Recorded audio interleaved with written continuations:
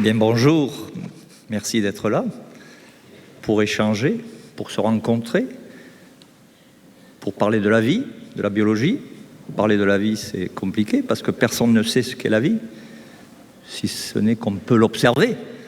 On peut nous observer en train de vivre, on peut observer des moustiques, des éléphants, des merveilleuses fleurs, des plantes qui vivent, mais personne ne peut dire pourquoi. Alors, on va essayer de réfléchir, d'échanger, pour essayer d'intégrer cette notion de vie mystérieuse avec notre santé, parce que ce qui nous importe le plus, c'est de comprendre notre propre mécanisme vital et pourquoi tombons-nous malades, pourquoi peut-on essayer de l'enrayer. Les techniques divergent aujourd'hui, les réflexions se multiplient, le monde de la chimie est dépassé pour moi, et je vais essayer de vous expliquer un petit peu tout cela, en tout cas vu de mon angle de biologiste modeste et curieux. Pourquoi la vie? Pourquoi un petit spermatozoïde va-t-il sur un ovule? On le sait depuis longtemps, on observe, depuis qu'on a des microscopes, mais on le savait avant, du temps des Gaulois, des Romains, et bien avant encore. Pourquoi les petites graines des plantes vont donner naissance à des arbres magnifiques, des fleurs, etc. Tout est basé sur la reproduction. En fait, le mot reproduction est impropre. Ce n'est pas une reproduction, je dirais plutôt c'est une transmission de vie, puisque les gènes se mêlent. Les gènes, grâce à la sexualité, les gènes se renforcent. La sexualité permet justement d'éliminer l'étard génétique qui pourrait apparaître et enrayer le développement d'une espèce. La sexualité existe chez les plantes, existe chez les champignons, existe sur pratiquement toutes les espèces. Il n'y a que les bactéries qui se divisent de façon similaire, on va dire. Voilà. Donc la vie, après on peut en parler longtemps. Voilà, passer un schéma. Ah, voilà. La cellule, c'est le cœur de la vie, le cœur de la santé aussi, mais le cœur de la vie. Nous avons 10 à 20 000 milliards de cellules. Elles sont chacune merveilleuses. Chacune est une vie autonome, avec son propre noyau, son cytoplasme, ses organites. Le génie de la vie, quand même. Vous savez que depuis environ une vingtaine d'années, on a découvert le génome, 22 000 gènes, 100 000 protéines. Vous voyez, il y a plus de protéines que de gènes. Pendant longtemps, on disait un gène donne naissance à une protéine. Et pendant très longtemps, on a admis cette affirmation. Et puis, on s'est rendu compte que ce n'était pas comme ça chez l'homme, qui est un peu plus évolué que d'autres espèces. Et un gène peut donner naissance à plusieurs protéines, ce qu'on appelle l'épissage alternatif, en fonction d'informations différentes. Donc, la vie, c'est des cellules spécialisées qui sont dans des tissus différents, qui ont des fonctions différentes. Elles ont toutes le même génome, le même ADN, mais le génie de la vie, dans le cœur, dans le poumon, dans le foie, va faire synthétiser des protéines différentes à des gènes différents par des informations différentes. Alors que toutes les cellules ont le même noyau, c'est assez mystérieux. C'est la spécialisation, on l'observe. Comme je vous l'ai dit tout à l'heure, on ne sait rien expliquer, on ne peut qu'observer. On a observé, sur le schéma précédent, le phénomène de la reproduction, on a observé l'embryon. Pourquoi passe-t-on par un embryon? Pourquoi ces stades qui sont étudiés, observés, mais personne ne peut expliquer la force vitale qui va transformer un embryon en un petit homme ou une petite femme? Voilà. Donc, en permanence, nos 10 000 milliards de cellules fonctionnent, reçoivent des informations, échangent. Et pour vous illustrer la force de cette vie, notre intestin grêle, si on le développait à plat, il fait environ 18 mètres carrés, et il y a un tiers qui se reproduit chaque jour. Ce sont des cellules très importantes, l'intestin, on en parle de plus en plus, il y a déjà longtemps, il y a plus de 20 ans qu'on commence à parler du microbiote, et des problèmes donc de l'assimilation intestinale, de la capacité des cellules à assumer et à assurer notre vie, puisque c'est à travers l'intestin qu'on absorbe nos aliments. sauf quand on est hospitalisé en réanimation et qu'on a une perfusion. Sinon, tout passe par la bouche, par l'intestin. Tous les nutriments qui sont indispensables à notre fonctionnement.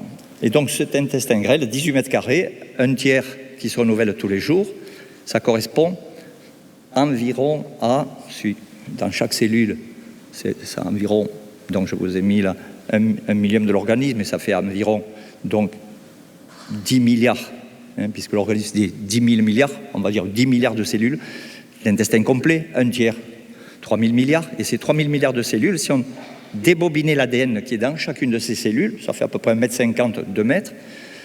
Si simplement sur la partie d'intestin grêle qui se renouvelle tous les jours, ça correspond à 40 à 50 millions de kilomètres d'ADN que l'on synthétise tous les jours dans l'intestin. Donc il y a un génie de la vie qui nous permet de synthétiser 40 millions de kilomètres dans notre intestin. Et partout ailleurs aussi. Là, c'est juste sur cette petite partie de notre corps. Donc cette puissance vitale est inexplicable, en tout cas elle est là pour nous permettre de vivre, c'est-à-dire de passer un petit moment sur cette planète. Pourquoi? Pour qui? Pour transmettre l'ADN, pour transmettre la vie. Je crois, c'est mon opinion. Depuis quelque temps, la puissance du cerveau est très étudiée par les neurosciences. Là aussi, on rentre dans des chiffres astronomiques. On a 100 milliards de neurones, des trillions et des trillions de connexions. Il paraît qu'il y a plus de connexions dans notre corps que d'étoiles dans la galaxie. Vous voyez, c'est des chiffres qui font un peu rêver, ce mystère extraordinaire de la vie. Voilà, donc, je vais vous poser une question pour commencer, que j'aime bien poser, pour illustrer la puissance de notre cerveau. Est-ce qu'il ne vous est jamais arrivé de penser à quelqu'un que vous n'avez pas vu depuis quelque temps et que cette personne vous appelle le soir même ou le lendemain? Est-ce que ça n'est jamais arrivé à certains d'entre vous? Levez la main. Jamais arrivé dans votre vie que vous pensiez à quelqu'un et que ce quelqu'un vous téléphone rapidement Actuellement, j'ai posé la question à 15 000 personnes. Ici, il y a à peu près 900 à 1000 personnes. Et en principe, personne ne lève la main. C'est arrivé à tout le monde. Mais j'attends qu'un vraiment me dise que ça lui est jamais arrivé. Je n'ai pas dit que ça arrivait tout le temps. Je vous ai posé la question, est-ce que cela n'est jamais arrivé? Pourquoi je pose cette question?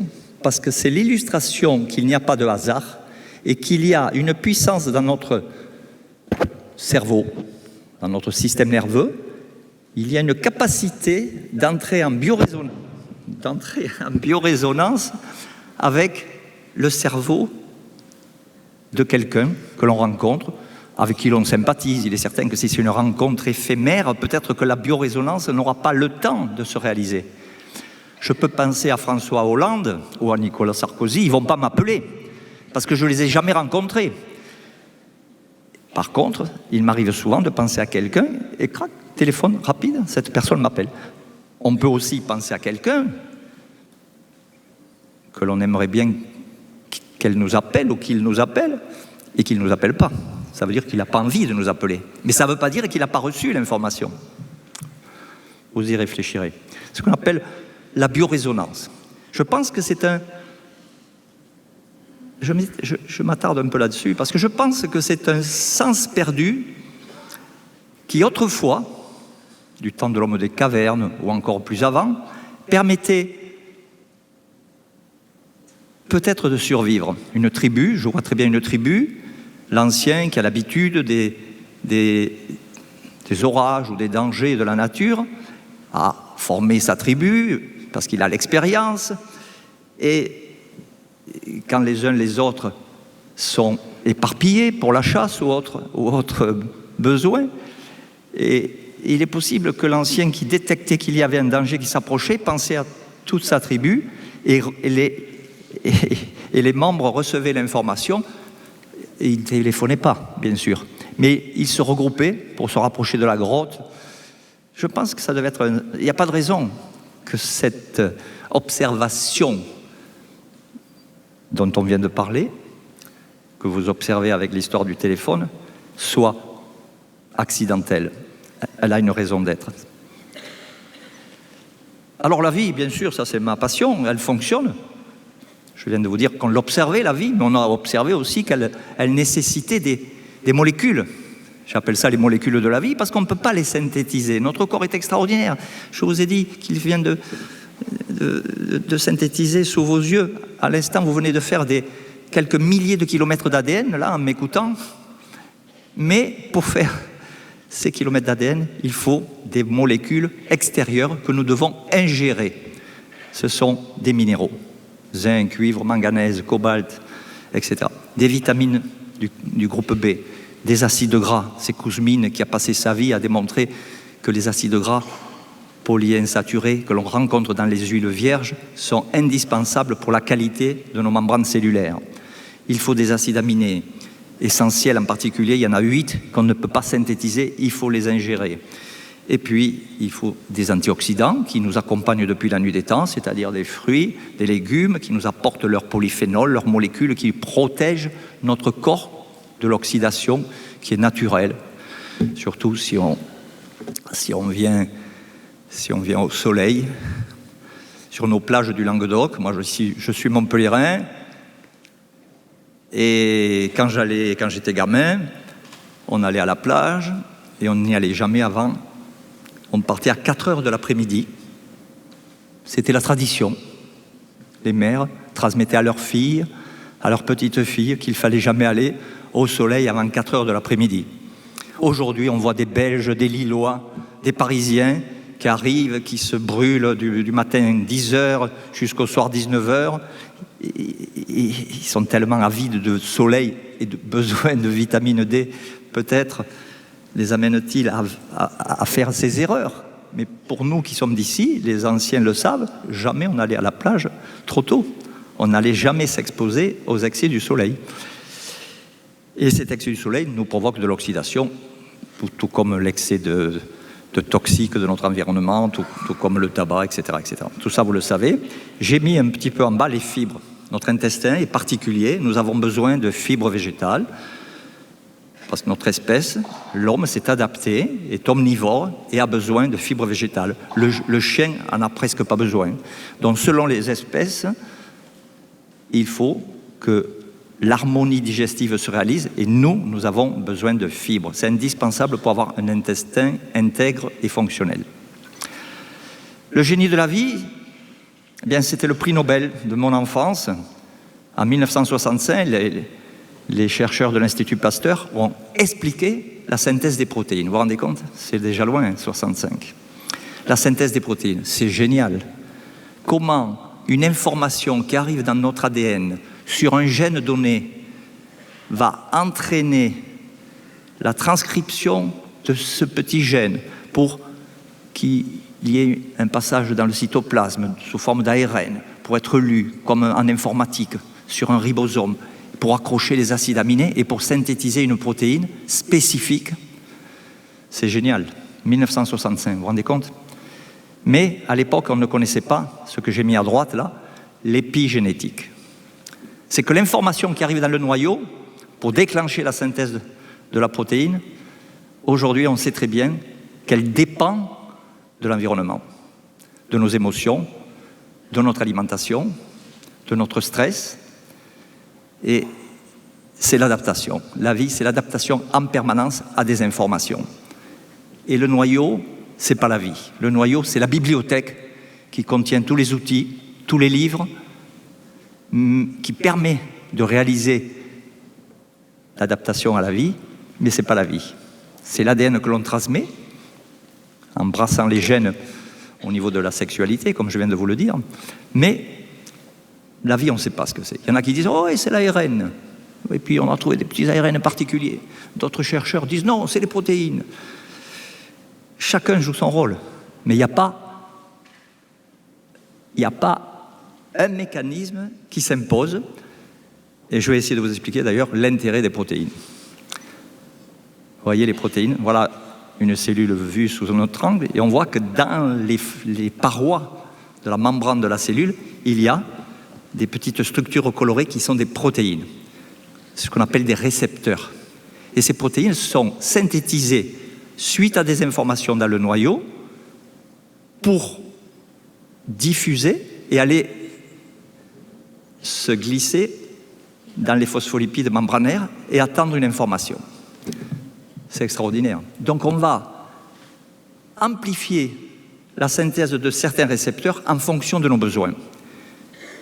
S'il nous manque du fer, on va synthétiser plus de récepteurs au fer. Il faut savoir qu'une cellule peut avoir des milliers de récepteurs, différents bien sûr, chacun a son rôle.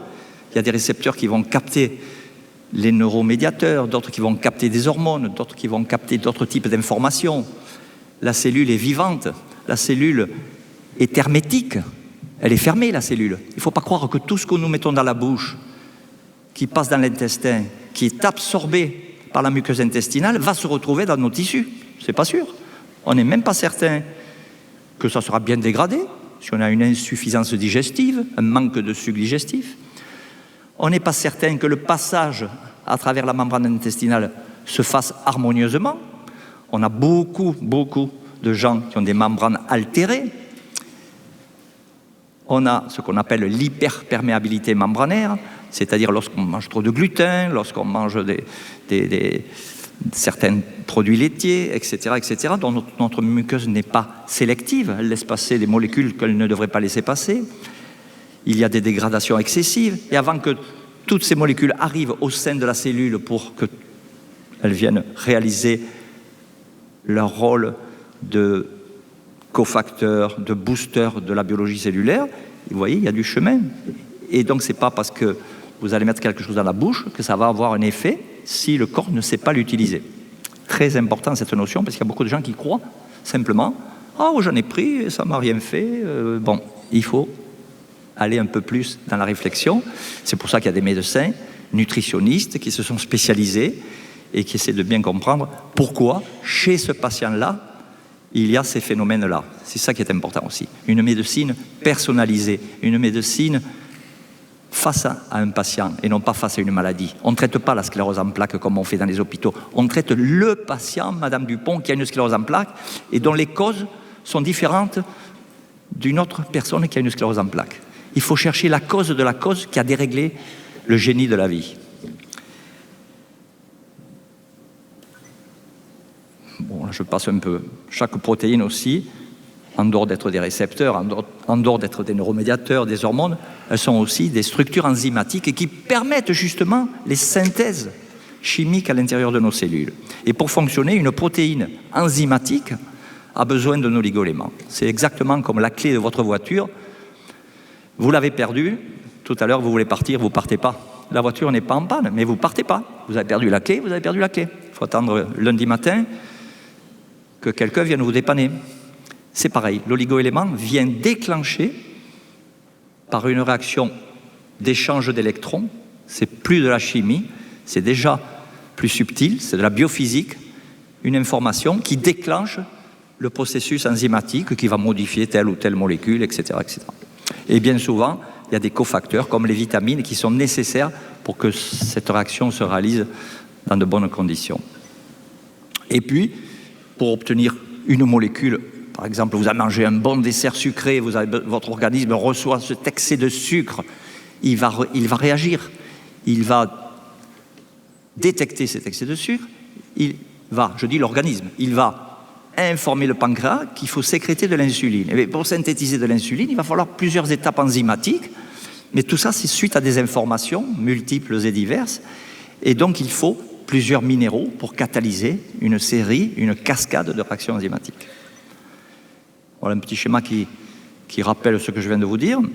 Une molécule signale, un neuromédiateur, une hormone, vient sur un récepteur et à l'intérieur de la cellule déclenche des processus. Le récepteur ne fait que recevoir une information par cette molécule signal et transmet cette information à l'intérieur de la cellule où il y a ce qu'on appelle les voies de signalisation d'autres réactions chimiques qui permettent d'arriver jusqu'au noyau.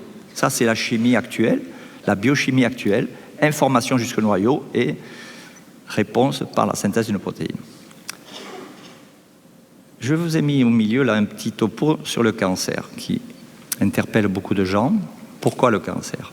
Le cancer ne devrait pas exister.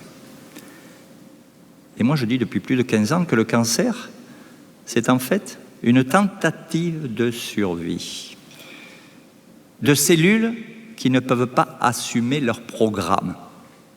Je viens de vous dire que toutes les cellules ont un rôle à jouer. Elles sont spécialisées, elles attendent les bonnes informations pour répondre aux besoins liés à cette information.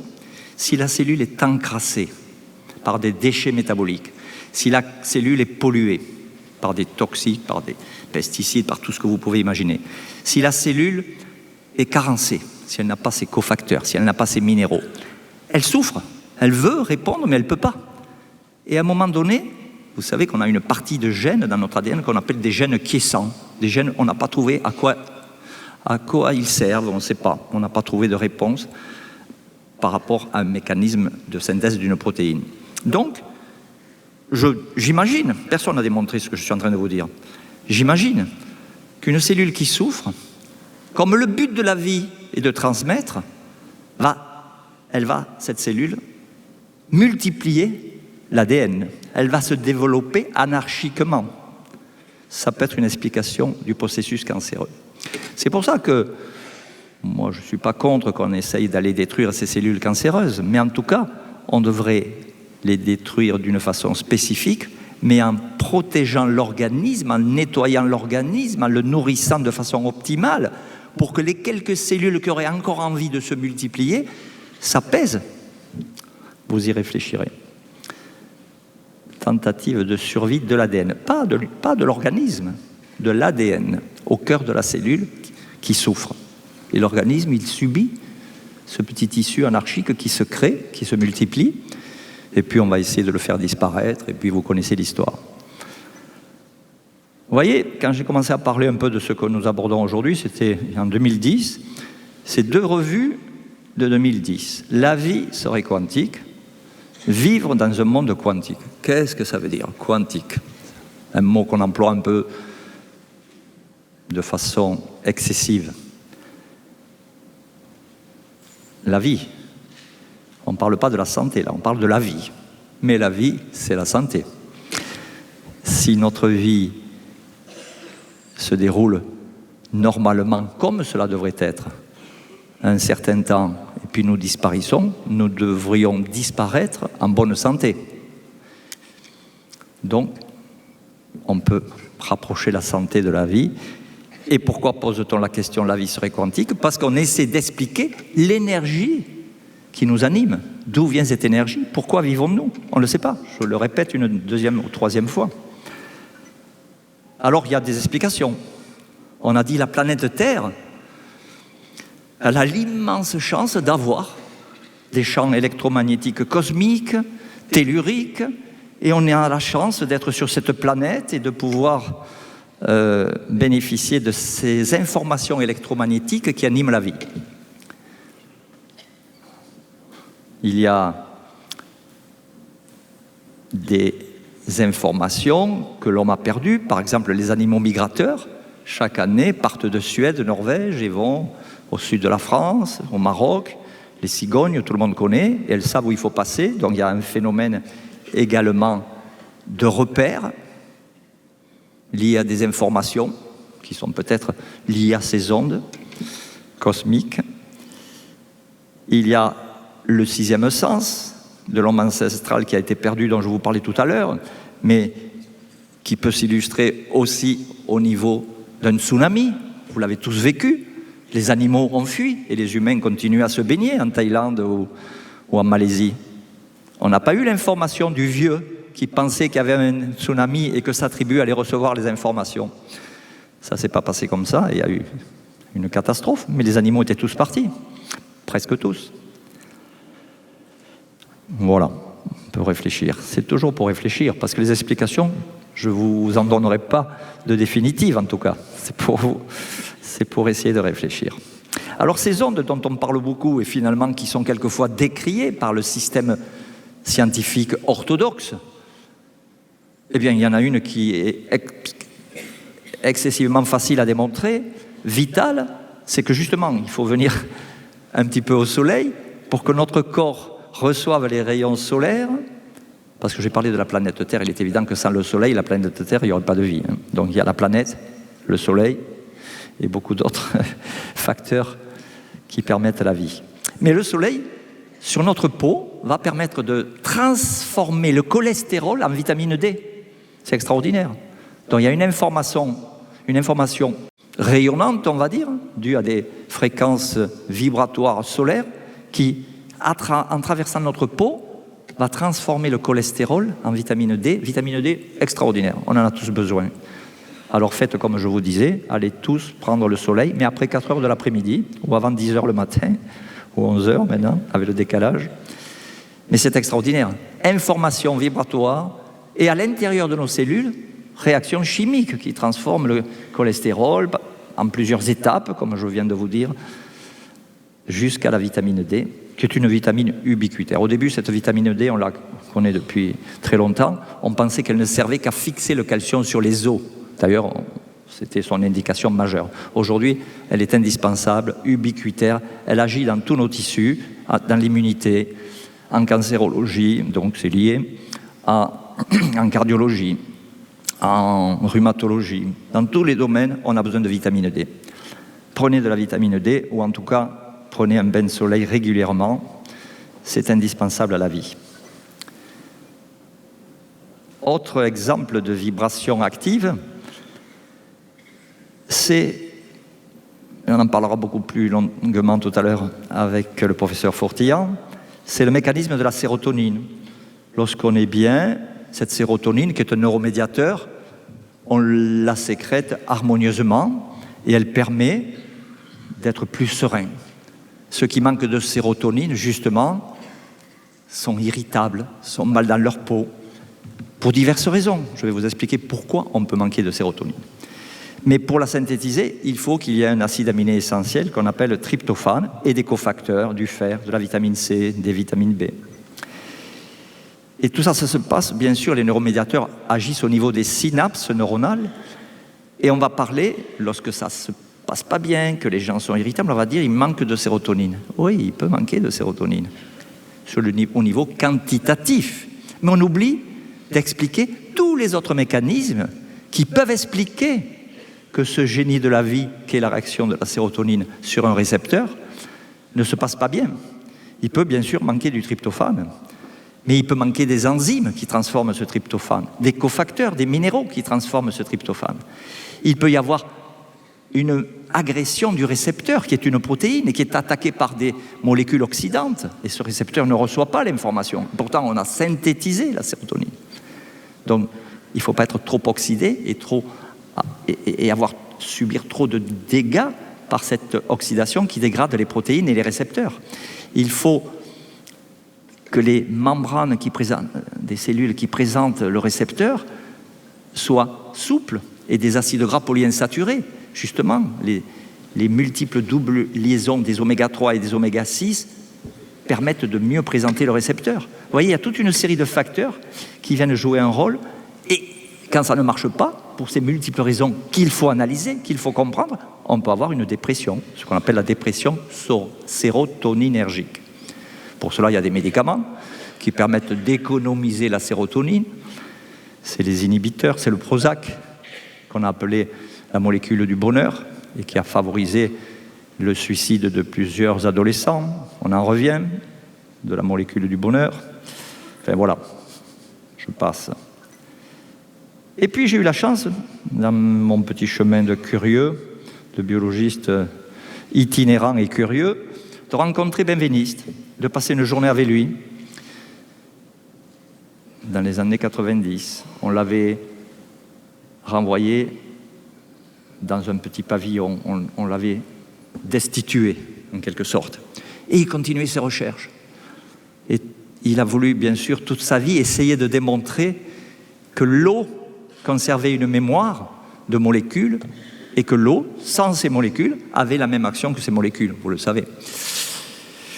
Il a fait beaucoup d'expériences qui auraient dû... Et tous les jours, il recommençait une expérience avec un petit Kobe qu'il décortiquait et qu'il faisait... dans lequel il mettait l'appareil cardiovasculaire accroché sur un support et avec un liquide nutritif, il montrait que des liquides sans molécules mais on avait bien sûr immunisé ce Kobe auparavant contre l'albumine d'œuf. Et quand on envoyait une dilution homéopathique d'albumine d'œuf, l'appareil cardiovasculaire répondait, se rétractait, etc. Voilà, il a fait ça tous les jours, pendant 1 an ou 2, pour accumuler des informations. Bon, puis c'est tombé un peu dans l'oubli, bien qu'il y ait toujours des homéopathes, qu'il y ait toujours des gens qui s'intéressent à la médecine de l'information en très basse dilution. J'ai rencontré aussi Montagnier qui est venu dans notre labo. Il avait une hypothèse, l'autisme, ce sont des bactéries, les mycoplasmes, qui favorisent l'autisme, et les mamans, et cette bactérie est particulière, elle peut se dégrader en 2-3 parties, elle peut traverser le placenta et elle va générer l'autisme, donc c'est une infection de la maman qui est transmise au bébé. Hypothèse qui s'est avérée fausse, il a laissé tomber. Mais il est venu dans notre labo, on avait réuni 15 mamans autistes avec leurs enfants, et on a essayé de trouver avec lui, son appareil, des fréquences vibratoires identiques dans le sang de l'enfant et dans le sang de la maman, qui auraient pu être la trace d'informations données par les particules de mycoplasme. Enfin voilà, donc c'est des gens qui se posent des questions, qui essaient de ne pas accepter ce que l'on nous présente régulièrement. Et c'est invisible, en fait, que suspectait Benveniste, que suspecte encore Montagnier, mais plus sur le mycoplasme, et que suspectent beaucoup de gens, et beaucoup d'entre vous qui sont là, sinon vous ne seriez pas venus, c'est que cet invisible, on l'utilise tous les jours maintenant. Les applications de l'information quantique, c'est-à-dire de l'énergie dont je vais vous parler dans 2 minutes, elle est utilisée dans tous ces systèmes de radio, de télévision, de fusées, d'Internet. Ici, si je mettais ici 25 téléviseurs et qu'on règle le récepteur de chacun de ces téléviseurs sur une onde liée à une chaîne, on aurait des chaînes espagnoles, des chaînes belges, suisses, ça veut dire que toutes les fréquences sont là. On n'a pas le récepteur, on ne les voit pas, mais elles y sont. C'est pareil pour les radios, Monte Carlo, France Inter, Europe numéro 1, tout est là. Et beaucoup d'autres encore, tous vos téléphones ont des fréquences également. Voilà, on est dans ce monde du quantique de l'information, au sens général, mais si on n'a pas les récepteurs, on ne sait pas qu'elles sont présentes. Et pourquoi? Alors, j'essaie de vous expliquer, j'essaye. La matière, vous imaginez ce que c'est? La matière. La matière est constituée de molécules. Les molécules sont constituées d'atomes. Un atome, vous savez tous à peu près ce que c'est, un noyau, des électrons.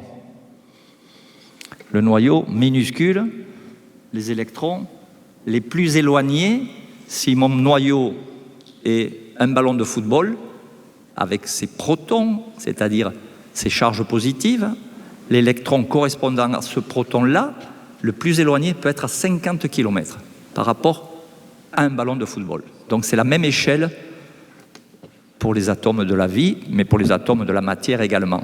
Tous les atomes sont différents dans leur nombre d'électrons, mais et fonctionnent sur ce principe-là. Le noyau, donc avec des neutrons, des protons, et puis on est allé encore plus loin, les quarks, etc. Ce qu'on peut dire, c'est que ce noyau de chaque atome, des milliards d'atomes qu'il y a partout, rien que dans cette salle, il y en a des milliards et des milliards et des milliards, tous les noyaux tournent à toute vitesse. Ça, c'est admis, c'est les grands chercheurs en mécanique quantique qui l'ont démontré. Et en tournant, ce qu'on appelle le spin, eh bien, il crée un champ électromagnétique, très basse fréquence, ELF. C'est comme ça. Alors, il y a des champs complètement inutiles, ce plastique, ce papier, ce bois du plancher, etc. Mais on va voir qu'il peut y avoir certaines informations particulièrement efficaces sur la vie. Donc, un atome, un noyau qui tourne, qui crée un spin, une molécule d'un neuromédiateur, on parlait de la sérotonine tout à l'heure, qui est constituée de quelques dizaines d'atomes. Cette molécule, elle est spécifique, c'est la sérotonine.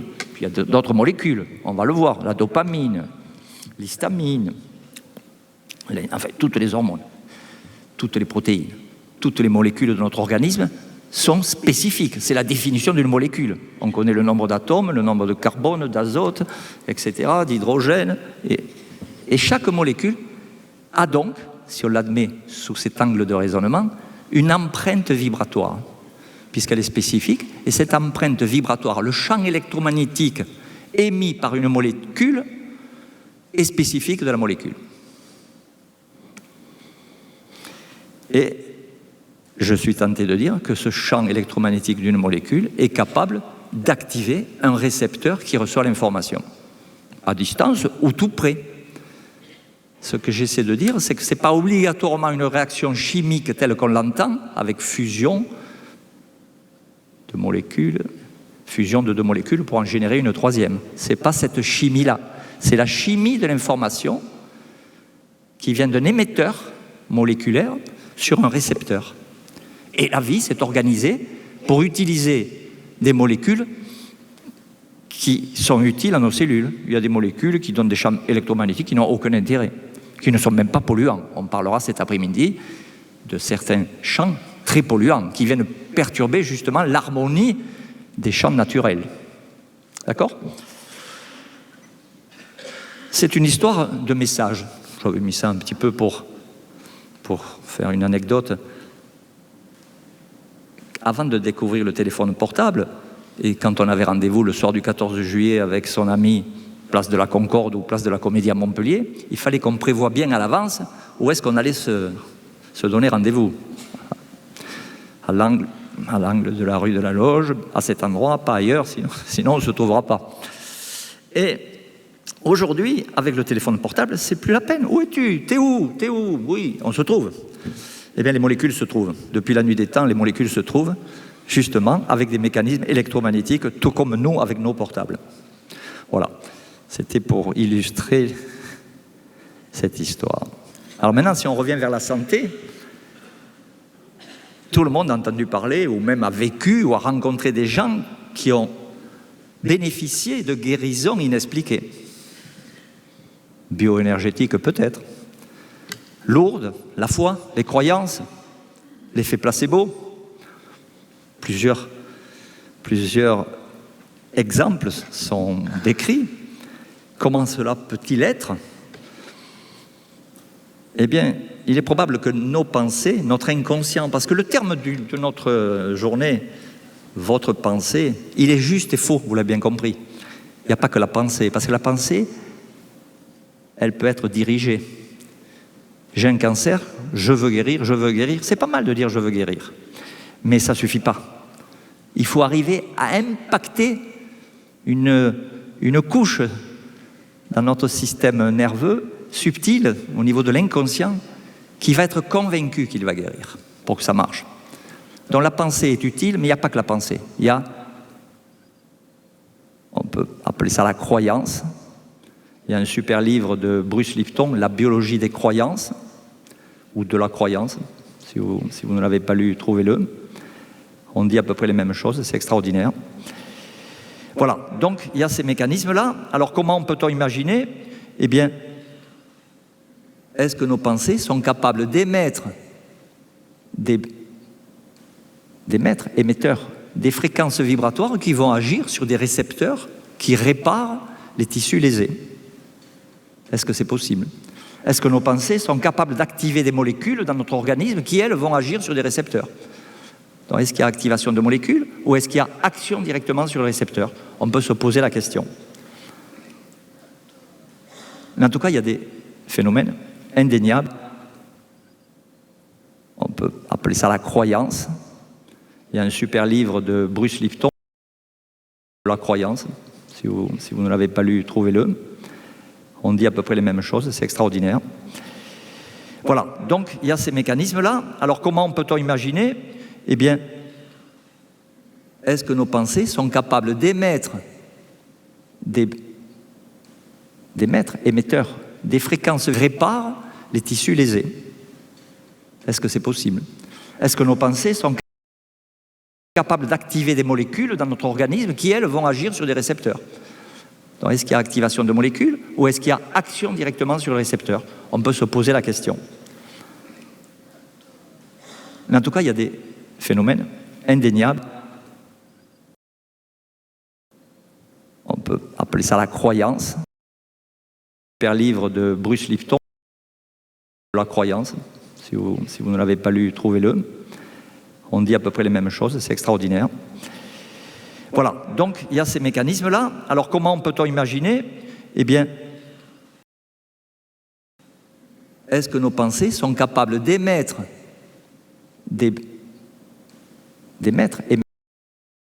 émetteurs des fréquences qui réparent les tissus lésés? Est-ce que c'est possible? Est-ce que nos pensées sont capables d'activer des molécules dans notre organisme qui, elles, vont agir sur des récepteurs? Donc, est-ce qu'il y a activation de molécules ou est-ce qu'il y a action directement sur le récepteur? On peut se poser la question. Mais en tout cas, il y a des phénomènes indéniables. On peut appeler ça la croyance. Super livre de Bruce Lipton, La croyance, si vous voulez. On dit ordinaire. Voilà, donc il y a ces mécanismes-là. Alors comment peut-on imaginer? Eh bien, est-ce que nos pensées sont capables d'émettre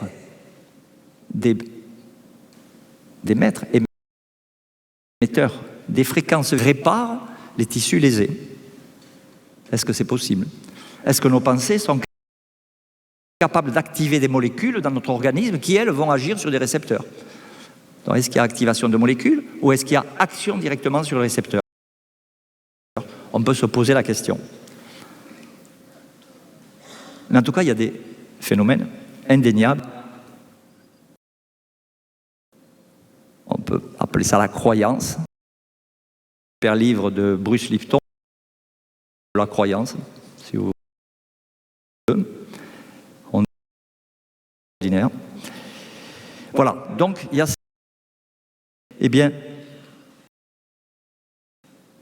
est-ce que nos pensées sont capables d'émettre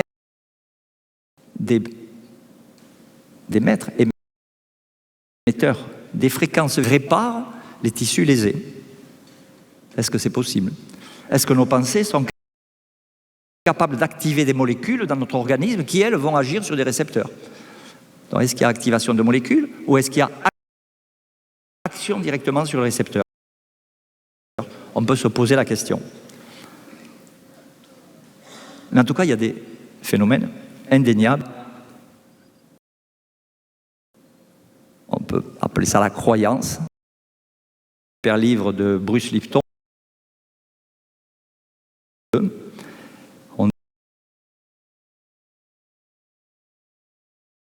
Voilà, donc il y a... Eh bien, nos pensées sont capables d'émettre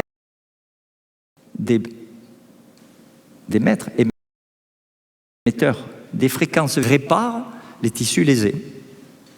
Est-ce que c'est possible? Est-ce que nos pensées sont capables d'activer des molécules dans notre organisme qui, elles, vont agir sur des récepteurs? Donc, est-ce qu'il y a activation de molécules ou est-ce qu'il y a action directement sur le récepteur? On peut se poser la question. Mais en tout cas, il y a des phénomènes indéniables. On peut appeler ça la croyance. Super livre de Bruce Lipton.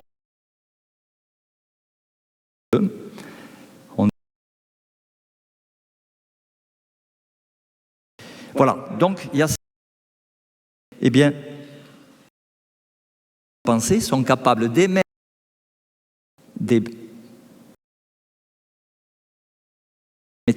des fréquences lésées. Est-ce que c'est possible? Est-ce que nos pensées sont capables d'activer des molécules dans notre organisme qui, elles, vont agir sur des récepteurs? Donc, est-ce qu'il y a activation de molécules ou est-ce qu'il y a action directement sur le récepteur? On peut se poser la question. Mais en tout cas, il y a des phénomènes indéniables. On peut appeler ça la croyance. Super livre de Bruce Lipton.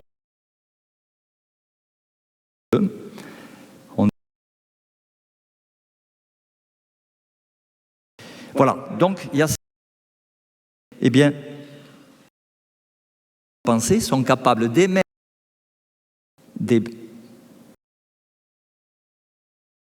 émetteurs, des fréquences plus lésées. Est-ce que c'est possible? Est-ce que nos pensées sont capables d'activer des molécules dans notre organisme qui, elles, vont agir sur des récepteurs? Donc, est-ce qu'il y a activation de molécules ou est-ce qu'il y a action directement sur le récepteur? On peut se poser la question. Mais en tout cas, il y a des phénomènes indéniables. On peut appeler ça la croyance. Super livre de Bruce Lipton.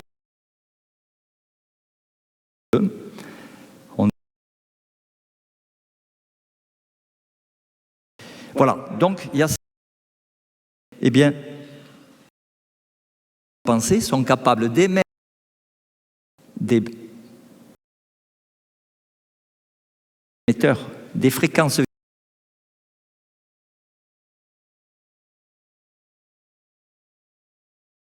action directement sur le récepteur.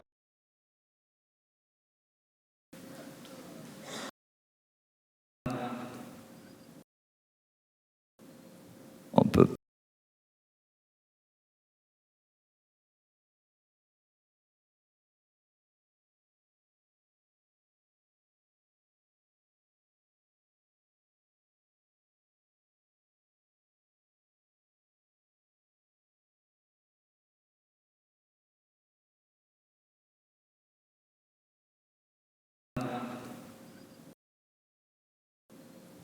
peut